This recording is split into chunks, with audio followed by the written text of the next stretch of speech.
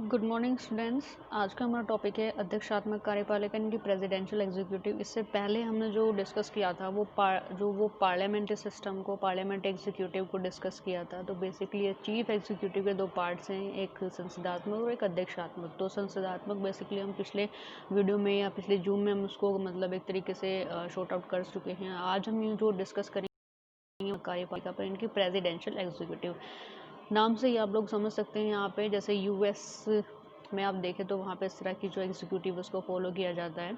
तो अध्यक्षात्मक कार्यपालिका से तात्पर्य उस शासन से है जिसके अंतर्गत कार्यपालिका व्यवस्थापिका से अलग रहकर कार्य करती है, यानी कि जो एग्जीक्यूटिव है, जो लेजिस्लेटिव है, उन सबसे बिल्कुल अलग रह करके ये काम करती है, एक दूसरे के ऊपर डिपेंड नहीं रहती है बिल्कुल भी। तथा इस कार्यपालिका व्यवस्था का अध्यक्ष व्यवस्थापिका के प्रति उत्तरदायी नहीं होता है, यानी कि वहाँ पे जो ये प्रेसिडेंशियल जो एग्जीक्यूटिव है, ये इतनी ज़्यादा इंडिपेंडेंस रहती है कि वहाँ पे वो लेजिस्लेटिव के प्रति कोई भी आंसरिंग या कोई भी रिस्पॉन्सिबिलिटी उसकी नहीं होती है। वो अपनी मर्जी से रिपोर्ट वहाँ पे रख सकती है और अपनी मर्जी से नहीं भी रख सकती। दूसरे शब्दों में कहा जाए तो अध्यक्षात्मक कार्यपालिका वह व्यवस्था है जिसमें कार्यपालिका का अध्यक्ष अपनी नीतियाँ या कुछ भी ऐसा रूल रेगुलेशंस बनाता है, कोई भी ऐसी पॉलिसीज क्रिएट करता है, उसके लिए वो स्वतंत्र रहता है, उससे पूछने के लिए किसी की ज़रूरत नहीं होती है।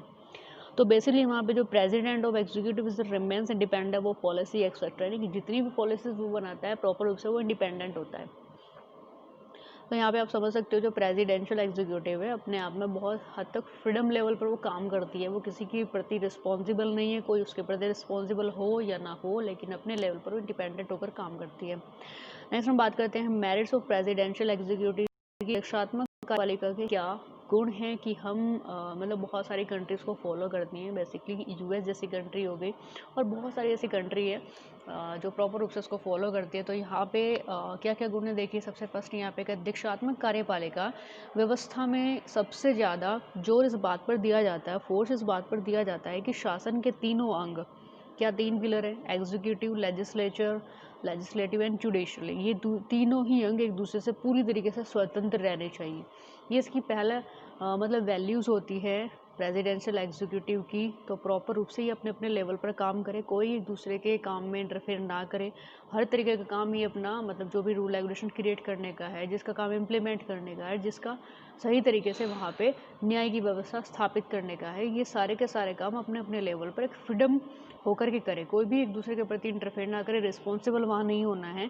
तो ये प्रॉपर रूप से एक तरह की वैल्यूज़ उसकी होती है। दूसरी, अध्यक्षात्मक शासन व्यवस्था में व्यवस्थापिका द्वारा लाए गए किसी भी अविश्वास प्रस्ताव या निंदा प्रस्ताव का कार्यपालिका के ऊपर कोई भी प्रभाव नहीं पड़ता है। जैसे बेसिकली आपने पार्लियामेंट्री सिस्टम में देखा है, वहाँ पे सिस्टम अगर सही काम नहीं करते तो अपोजिशन में जो पार्टी होती है वो लोग क्या करते हैं कि उस पार्टी को गिराने के लिए या उसको मतलब कुछ भी ऐसे उसको हटाने के लिए, डाउन करने के लिए अविश्वास प्रस्ताव हो गया, निंदा प्रस्ताव हो गया, इस तरह के मोशन वो उनके सामने वहाँ पे लाते रहते हैं। ठीक है, तो इस लेकिन जो प्रेसिडेंशियल जो एग्जीक्यूटिव है उस सिस्टम में इस तरह की चीज़ों को इम्पोर्टेंस वहाँ पे नहीं दी जाती है।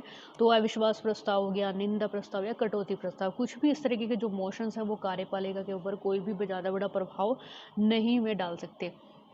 नेक्स्ट हम बात करते हैं थर्ड की, अध्यक्षात्मक शासन व्यवस्था में मंत्रिमंडल संसदीय व्यवस्था की तरह संसद या व्यवस्थापिका के प्रति उत्तरदायी नहीं होता है। यानी कि जो प्रेसिडेंशियल जो सिस्टम है उसमें जो भी मतलब पार्लियामेंट होता है, प्रॉपर रूप से कैबिनेट वगैरह, वो उनकी व्यवस्था की जो होती है वो संसद या व्यवस्थापिका के प्रति वो उत्तरदायी नहीं होती है। यानी कि जब हम पार्लियामेंट्री सिस्टम में देखते हैं तो वहाँ पे पूरा सिस्टम पार्लियामेंट जो हमारी संसद है उसके प्रति रिस्पॉन्सिबल होता है। वहाँ पे उस गवर्नमेंट से या उस सिस्टम से हम क्वेश्चनिंग कर सकते हैं, मतलब जो संसद के मेंबर्स होते हैं, जो संसद के स्पीकर्स होते हैं, वो क्वेश्चनिंग कर सकते हैं।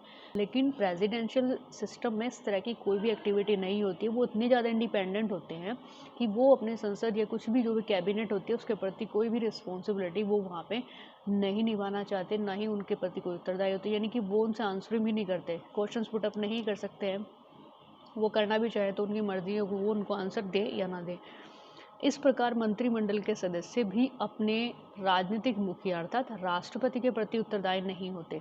तो ये राष्ट्रपति के सहयोगी होते हैं, न कि सेवक। तो यहाँ पे जैसे इस सिस्टम में खास बात ये होती है कि प्रॉपर रूप से प्रेसिडेंट के वो एक एडवाइजरी के रूप में, एक एलाइज के रूप में काम करते हैं, नॉट ए सर्वेंट। वो सर्वेंट की तरह करते हैं। लेकिन पार्लियामेंट्री सिस्टम में बहुत हद तक यहाँ पे एक ऐसी ऐसी छोटी छोटी जो डिपार्टमेंट में एक्टिविटी देखी जाती है कि वहाँ पर लोग सर्वेंट की तरह काम करते हैं, उनसे सर्वेंट की तरह काम लिया जाता है। लेकिन इस तरह के सिस्टम में जो राष्ट्रपति होता है, जो राजनीतिक मुखिया होता है, अर्थात राष्ट्रपति, बेसिकली वहाँ पे सिस्टम राष्ट्रपति का होता है।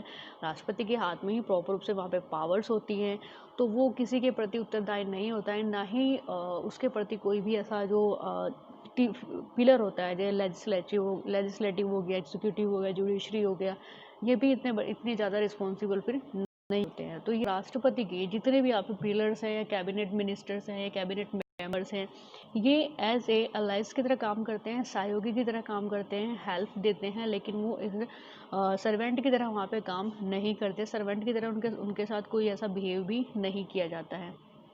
नेक्स्ट है, अध्यक्षात्मक शासन व्यवस्था में मंत्रिमंडल 4 साल का कार्यकाल पूरा करके ही पद से हट सकता है। तो बेसिकली जहाँ भी प्रेसिडेंशियल सिस्टम है, प्रॉपर रूप से वहाँ पे जो सिस्टम, मतलब सिस्टम का जो टर्नओवर होता है वो 4 साल का होता है। क्योंकि आप लोगों ने देखा होगा, यूएसए हो गया, फ्रांस हो गया, इनमें सब में प्रेसिडेंशियल सिस्टम को ही फॉलो किया जाता है। और यहाँ पे प्रेसिडेंट होता है, प्रेसिडेंट का जो टाइम होता है, टाइम पीरियड होता है, वो 4 साल का होता है। इस शासन व्यवस्था में राष्ट्रपति का कार्यकाल निश्चित नहीं होता है, यानी कि वो जो एक राष्ट्रपति मतलब आज जो राष्ट्रपति है, तो आने वाले टाइम में भी वो राष्ट्रपति हो सकता है, तो कोई ऐसा स्टेबल उसका टाइम पीरियड नहीं है। सो मतलब उसको हटाया भी जा सकता है। ऐसा कुछ नहीं है कि वो डिक्टेटर है वहाँ पे, या फिर वो डोमिनेट करता है। वो वहाँ पे जनता द्वारा वहाँ पे मतलब नियुक्त किया जाता है, और प्रॉपर रूप से अगर वो सिस्टम को फॉलो नहीं करता और वेलफेयर के लिए वो काम नहीं करता है, तो उसको हटाया भी जा सकता है। तो इसलिए बोलते हैं उसको कार्यकाल वहाँ पे निश्चित नहीं होता है। उसको भी डाउन किया जा सकता है, उसको भी हटाया जा सकता है, उसको भी पद से गिराया जा सकता है। तो यहाँ पे हम देखते हैं कि जो अध्यक्षात्मक शासन होता है उसमें क्या खूबी होती हैं, क्या वैल्यूज़ होती हैं, और क्यों हम उस स्टडी करते हैं। क्योंकि हमें ये पता लगता है कि हमारे सिस्टम में और अदर कंट्री के जो सिस्टम है उसमें क्या क्या कंपेटिबिलिटी है, या फिर कौन कौन सी ऐसी पॉइंट है जो हम उसको फॉलो कर सकते हैं, हम अचीव कर सकते हैं, या हमारे में कौन सी ऐसी पॉइंट है जो वो लोग फॉलो कर सकते हैं। तो जो अध्यक्षात्मक शासन है, इसकी एक वैल्यूज़ और है कि ये रूप से बड़े कंट्री में काम नहीं करता है। जैसे हम अगर इंडिया की बात करें, 133 करोड़ की जनसंख्या वाले देश में ये काम नहीं करेगा। स्टार्टिंग पॉइंट में कर सकता है, स्टार्टिंग लगता है कि हाँ बहुत अच्छा है, बहुत अच्छा काम है, जल्दी से जल्दी डिसीजन होते हैं, क्योंकि पर्टिकुलर पर्सन के हाथ में सारी पावर्स होती है। लेकिन वो धीरे धीरे, जैसे इतनी बड़ी कंट्री है, डेमोक्रेसी प्लस रिपब्लिक भी है, उसको भी है, एक टाइम के बाद कोई और भी वहाँ पे नॉमिनेट हो सकता है इलेक्शन बाय इलेक्शंस। तो यहाँ पे आप लोग देख सकते हो, या तो वो डिक्टेटर हो जाएगा, डोमिनेंट हो जाएगा, या वो उस पावर को मिसयूज़ कर सकता है, या फिर ये भी हो सकता है कि इतने बड़े कंट्री को वो मैनेज ना कर पाए। तो ये जो सिस्टम होता है प्रॉपर रूप से ये छोटी कंट्रियों के लिए ही प्रॉफिटेबल होता है, जैसे यूएसए वगैरह हो गया, तो ये वहीं पे काम कर सकता है, अदरवाइज ये कहीं और काम नहीं कर पाएगा। तो यूएस जैसी कंट्री, फ्रांस, ये यहीं पर पॉसिबिलिटीज़ की बन जाती है। नेक्स्ट जो है कि अध्यक्षात्मक शासन व्यवस्था में मंत्रिपरिषद का अस्तित्व जो होता है, यानी कि जो काउंसिल ऑफ मिनिस्टर्स होता है, उसका जो अस्तित्व होता है एवं उसके जो कार्य होते हैं, वो पूरी तरह से राष्ट्रपति की इच्छा पर निर्भर करते हैं। यानी कि काउंसिल ऑफ मिनिस्टर किस तरीके से वहाँ पे काम करेगा, किस तरीके से वो सिस्टम को फॉलो करेगा या सिस्टम को चलाएगा, या वहाँ पे रूल रेगुलेशंस बनाएगा, ये टोटली काम जो होता है वो डिपेंड करता है राष्ट्रपति की इच्छा पर। यानी कि अगर प्रेसिडेंट चाहे तो वहाँ पे सिस्टम को सही किया जा सकता है, यानी कि प्रेसिडेंट के अकॉर्डिंग ही वहाँ पे उसको रखा जाता है।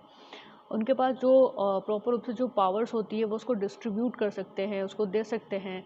यानी कि बिहेवियर में मतलब आप यहाँ पे देख सकते हैं, नॉमिनल तरीके से तो उनको पावर दे दी जाती है काउंसिल ऑफ मिनिस्टर को, लेकिन वहाँ वे अपने उस पावर को प्रॉपर रूप से इंडिपेंडेंस होकर वहाँ पे यूज़ नहीं करते हैं, क्योंकि वो यूज़ करेंगे तो फिर वही होगा कि वहाँ पे डेमोक्रेसी प्लस रिपब्लिक वाला एक्टिविटी हो जाएगी, लेकिन और प्रेसिडेंशियल वाला सिस्टम हो जाएगा। लेकिन ये एक मतलब जो है ये पार्लियामेंट्री सिस्टम वाला हो जाएगा, लेकिन ये क्या है, ये प्रेसिडेंशियल सिस्टम है। तो इस प्रेसिडेंशियल सिस्टम में क्या होता है, प्रॉपर रूप से वहाँ पे काउंसिल ऑफ मिनिस्टर को जो पावर तो दे दी जाती हैं, लेकिन एक्चुअल में उन पावर को कैसे यूज़ किया जाएगा, कैसे यूटिलाइज उनका होगा, कैसे सिस्टम में पॉलिसी वहाँ पे क्रिएट की जाएंगी, ये प्रॉपर रूप से किसकी इच्छा पर होता है, राष्ट्रपति की इच्छा पर होता है।